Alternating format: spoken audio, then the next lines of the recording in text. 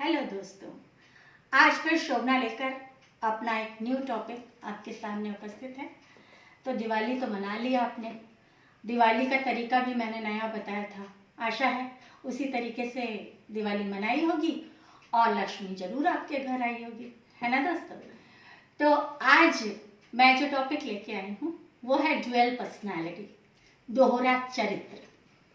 तो आजकल जो हमारा एनवायरनमेंट है उसमें हम लोग जितने भी लोगों के साथ इंटरेक्ट करते हैं, जितने भी लोगों को फेस करते हैं या जितने भी लोगों से मिलते हैं, तो मोस्टली, मैं सबको नहीं कह रही हूँ, इसमें कुछ अपवाद हो सकते हैं, पर मोस्टली लोग जो दिखाते हैं उनका जो अंदर में भावनाएं होती हैं वो नहीं होती।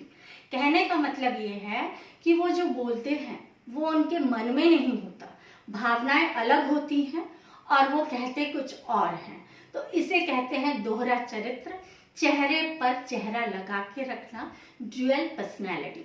तो इससे क्या हो रहा है, मैं आपको इसी बात से अवेयर कराना चाहती हूँ कि आज अगर इस एट प्रेजेंट ये जो कलयुग का जो समय चल रहा है, इस बारे में तो लोगों तक ने भविष्यवाणियां कर दी थी कि माहौल बहुत नकारात्मक हो जाएगा, तो वो हो चुका है। तो जो हो चुका है वो तो उसको हम इसी तरह से सुधार सकते हैं अगर हमें ज्ञान हो। तो ज्ञान इस बारे में कि जो बंदा सोचता है कि वो ड्यूअल पर्सनालिटी को पहन करके, दोहरे चरित्र को अपना करके अपना काम निकाल सकता है, वो सक्सेस को पा सकता है, तो बहुत बड़ी गलतफहमी है। क्योंकि क्या होता है कि जब दोहरा चरित्र वो मतलब धारण करता है और लोगों से इंटरेक्ट करता है, तो वो अपने ब्रेन के अंदर नकारात्मक जो भावनाएं हैं उनका कचरा जो है वो जमा करता जाता है। तो कहना चाहिए कचरे का डब्बा वो रखा हुआ है अपने दिमाग के अंदर और उसमें कचरा लगातार डालता जा रहा है। तो आपकी जो भावनाएं हैं वो निर्मल होने से उसमें फायदा सामने वाले का नहीं अपितु आपका है।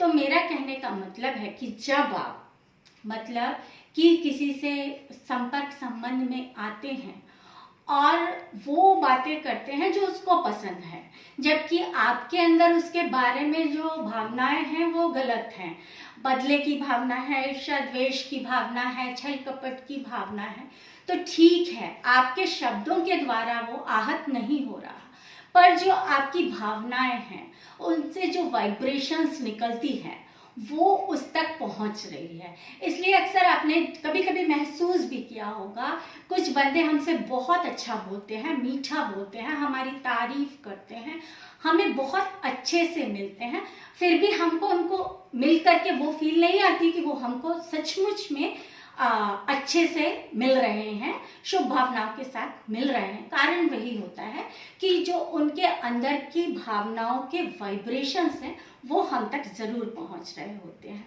तो ये तो हो गई एक बात। और दूसरी बात ये है कि जब इंसान अपने अंदर कचरे का डब्बा लेकर के सरवाइव करता है और कचरे को भरता जाता है और वो सोचता है कि मैं चंट और चालाक बन करके लाइफ में बहुत सक्सेस हो जाऊंगा और मैं बहुत कुछ पालूंगा और लोगों को बेवकूफ बना लूंगा, तो ये उसकी सबसे बड़ी गलती है। क्योंकि यहाँ पर यूनिवर्स में न्यूटन्स लॉ काम कर रहा है। यहाँ पर आप जो दे रहे हैं वो आप पा रहे हैं। ये आप 100% स्टैम्प पेपर पे लिख लीजिए कि आज अगर आपने किसी का बुरा किया है तो आने वाले वक्त में आपके साथ सेम जो कहना चाहिए सीन है वो क्रिएट होने वाला है। ये तो बिल्कुल यूनिवर्सल ट्रूथ है, क्योंकि यहाँ पे क्रिया की प्रतिक्रिया हो रही है। अगर गीता का नॉलेज हो तो आप कृष्ण भगवान की गीता में भी ये सारा नॉलेज ले सकते हैं। खैर, हम उससे हट के बात करते हैं, क्योंकि आजकल लोग धार्मिक ग्रंथों से जरा दूर भागते हैं, मॉडर्न हो गए हैं, वेस्टर्न कल्चर को अपना रहे हैं। सो नो प्रॉब्लम, आप अपनाएं, जिसको अपनाना है अपनाएं, लेकिन इस बात के लिए अवेयर रहें कि किस चीज में मेरा नुकसान हो रहा है। अगर मैं कचरे का डब्बा लेकर के घूमता हूं तो नेचुरली आने वाले समय में डिप्रेशन, ये जो 90% डिप्रेशन, 99% बोलना चाहिए, जो बढ़ रहे हैं, उसका कारण केवल एक ही है, रिश्तों में कॉन्फ्लिक्ट है। आजकल देखिए शादी होती है और शादी के कुछ दिनों में, कभी कभी तो उसी दिन या नेक्स्ट डे तलाक हो जाता है। कारण क्या है कि इतना ज्यादा रिश्तों में कॉन्फ्लिक्ट है, इतना ज्यादा ईगो है, जो दिखाया जाता है वो होता नहीं है, जो होता है वो दिखाया नहीं जाता। तो आपके रिश्तों में भी अगर कॉन्फ्लिक्ट है, आपके रिश्तों में भी अगर संबंध आपके अच्छे नहीं है, तो उसके पीछे का रीजन यही है, आप सामने वाले को टारगेट कर देते हैं कि अरे वो बंदा खराब है। माना आपकी बात से एग्री करते हैं कि सामने वाला बंदा खराब है, लेकिन आप तो अच्छे हैं ना। अगर आप उसको अच्छी फीलिंग्स भेजेंगे, वाइब्रेशन इतना वंडरफुल काम करते हैं। वाइब्रेशन के ऊपर मैंने स्टडी की है, अपने ऊपर काम किया है, इसलिए मैं आपको बता रही हूँ कि वाइब्रेशंस इतना इफेक्टिव एक ऑरा तैयार करते हैं कि आप सामने वाला बंदा अगर आपके प्रति घृणा के भाव भी रखता है ना, तो आपके प्रति वो अच्छे भावनाएं उसके अंदर आने लगेंगी। अगर आपने उसको वाइब्रेशंस अच्छे भेजे, मतलब वो आपसे घृणा कर रहा है और आप उसको घृणा ना करें, उसको माफ करते हुए उसको शुभ भावनाएं भेजें, तो आप देखेंगे, आप ये काम करके देखिए, क्योंकि मैंने किया है। मैं आपसे कहूंगी आप वाइब्रेशंस पे काम करके तो देखिए, फिर देखिए रिश्ते कितने बेहतर हो जाते हैं। ये तो हो गई रिश्तों की बात।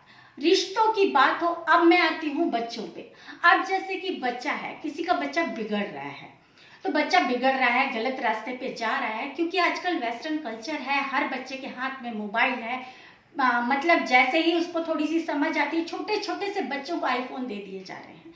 तो मेरा कहना ये है कि ठीक है, आपने आईफोन दे दिया, आपने सारा वेस्टर्न कल्चर में भी उनको दे दिया, लेकिन अब जब आपका बच्चा बिगड़ गया है, गलत रास्ते पर जा रहा है, तो आप उसके ऊपर प्रेशर डाल के उसको सही रास्ते पर नहीं ला सकते। उसके लिए भी आपको चाहिए होगा कि आप उसको पॉजिटिव वाइब्स भेजें। आप दिमाग में ये नहीं रखें कि वो गलत रास्ते पे जा रहा है, वो तो बहुत बर्बाद हो गया। आप जितना उसके बारे में नेगेटिव बोलेंगे, वो उतना बिगड़ता जाएगा। अगर आप चाहते हैं कि आपके बच्चे को आप अच्छे रास्ते पर लेकर के जाएं, तो उसके लिए भी आपको शुभ भावनाएं भेजनी होगी, पॉजिटिव थॉट्स भेजना होगा। जो वाइब्रेशंस हैं वो इतना खूबसूरत काम करते हैं। आप चाहें तो अपने घर को मंदिर बना सकते हैं। आपका जो घर है उसमें भी वाइब्रेशन बहुत मैटर करते हैं। अगर आप अपने घर में बैठ के परचिंतन करते हैं, लोगों की गॉसिपिंग करते हैं, लोगों की नेगेटिव बातों को अपने घर के अंदर करते हैं, तो वो तो समझ लीजिए कि आप अपने घर को नर्क बना रहे हैं। अगर आप चाहते हैं आपका घर मंदिर रहे, जहाँ पे आपको पीस मिले, जहाँ आपको चैन की नींद आए, जहाँ पे आपको सुकून हासिल हो, तो उसके लिए आप मेरी बात मानिए और उस घर में फालतू की बातें ना करें। करना है तो अच्छी बातें करें, ज्ञान की बातें करें, अच्छे प्रोग्राम्स देखें। इवन टीवी में भी जो नेगेटिव इंफॉर्मेशन होती है उसको अपने ब्रेन में फीड करने की ज़रूरत नहीं है। दुनिया में जो हो रहा है आप उसको बदल नहीं सकते, ठीक है, आपको पता चल ही जाएगा कहीं ना कहीं से। आपके पास 24 घंटे मोबाइल होता है, तो उसके लिए इतनी ज़रूरी नहीं है कि पूरा टाइम वो न्यूज़ चल रही है, एक ही टॉपिक पे डिस्कशन हो रहा है, वहाँ पे आतंकवादी मारा गया है, गोली से मारा है, इस चीज़ को रिपीटिशन जो घर के अंदर होते हैं उससे भी एटमॉस्फेयर नेगेटिव होता है। तो आज मेरा वीडियो बहुत लंबा हो गया है दोस्तों, तो मेरा आपसे यही रिक्वेस्ट है कि आप लोग ना किसी और के बारे में बिल्कुल ना सोचें। दूसरा, आजकल लोगों को वही बातें पसंद आती है, मिर्च मसाले वाली गॉसिपिंग, दूसरों की अगर बात बुराई की हो रही है बड़ा मज़ा आता है उनको, चटकारे ले लेके सुनेंगे। और जहाँ नॉलेज की बात आ जाए, मैं जहाँ तक कि मैं जैसे कि मैं मोटिवेशनल स्पीकर हूँ और मैं अपनी स्पीचेस डालती हूँ, तो हो सकता है कई लोग उसे पसंद ना करते हों। खैर, मैं तो इसलिए कर रही हूँ कि भगवान ने चाहा, जैसे मेरा भला हुआ है, जैसे मैंने अपने ऊपर काम किया है, जैसे मैंने नॉलेज को अपने लाइफ में फॉलो किया है और अपनी लाइफ को बेहतर से बेहतर बनाया है, वैसे मेरे भाइयों, मेरे दोस्तों को वही फ़ायदा पहुँचे। तो दोस्तों, आज बस यहीं तक, और आशा है आप मेरी बातों को ध्यान से मतलब अपने लाइफ में ना इम्प्लीमेंट करेंगे और थोड़ा सा लॉजिकली सोचेंगे और नेगेटिविटी से जितना हो सके उतना दूर रहेंगे। तो दोस्तों, और आज शोभना बोलेगी कि सब्सक्राइब मुझे करिए, ज़्यादा से ज़्यादा लोगों को मेरे वीडियोस शेयर कीजिए और बेल आइकन के बटन को ज़रूर दबाइए ताकि मेरे न्यू स्पीचेस आपको मिल सकें और जितना ज़्यादा लोगों को फैलेंगे। अगर आप मेरी एक स्पीच को कई लोगों को फैलाते हैं तो आप एक पॉजिटिव काम करते हैं, किसी की ज़िंदगी को बेहतर बनाते हैं, ये भी एक पुण्य का काम है। तो दोस्तों, जितना हो सके ना कर्मा पे ध्यान दीजिए, पुण्य कमाइए और फिर धन तो देखिए, धन तो सेकेंडरी चीज़ है। अगर आपने पुण्य कमा लिया तो आपकी ज़िंदगी कहना चाहिए फूलों की बगिया बन जाएगी और आप उस बगीचे का फूल बन जाएंगे। तो दोस्तों, फिर मिलेगी शोभना एक और नई स्पीच के साथ। थैंक यू दोस्तों।